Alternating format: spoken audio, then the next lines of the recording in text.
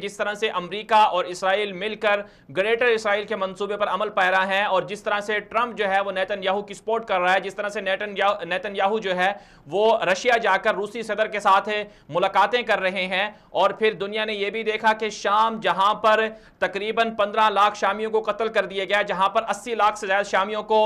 شام سے نکال دیا گیا، جہاں پر دمشق جو اسلامی دنیا کا ایک بہت بڑا شہر ہے، قدیم شہر ہے، جس کے بارے میں احادیث کے اندر آتا ہے کہ سیدنا عیسیٰ علیہ السلام بھی وہاں پر اتریں گے، اور جہاں جو انبیاء کی سرزمین ہے، شام کو بنیادی طور پر انبیاء کی سرزمین کہا جاتا ہے، وہاں پر لاکھوں مسلمانوں کا قتل عام کیا گیا، اور جن لوگوں نے قتل عام کیا اب وہ لوگ شام پر قبضہ، یہودیوں کا قبضہ کروانے کے لیے سرگرم ہو چکے ہیں، اور اب حالات یہ بنتے جا رہے ہیں کہ اسرائیل کو مزید بڑھایا جا رہا ہے اور مزید عرب ممالک کے اوپر جو ہے قبضے کے لیے اسرائیل کو مضبوط کیا جا رہا ہے۔ یہ وہ وقت ہے کہ اگر اسلامی دنیا اکٹھی نہ ہوئی، اگر اسلامی دنیا اسرائیل کے جو خطرات ہیں، اسرائیل کے جو خوفناک عزائم ہیں، اگر ان سے متنبع نہ ہوئی اسلامی دنیا، تو اس کا مطلب یہ ہوگا کہ ایک دن ایسا آئے گا کہ پورے کے پورے مشرق وسطیٰ پر شاید اسرائیل کا قبضہ ہو جائے۔ جب پوری دنیا پر اس وقت پوری دنیا کا اکنامک نظام جو ہے، پورا کا پورا معاشی نظام یہودیوں کے ہاتھ میں ہے، تو اگر اس طرح سے پوری دنیا کے جو مشرق وسطیٰ کے جو امیر ترین ممالک ہیں، عراق ہے، شام ہے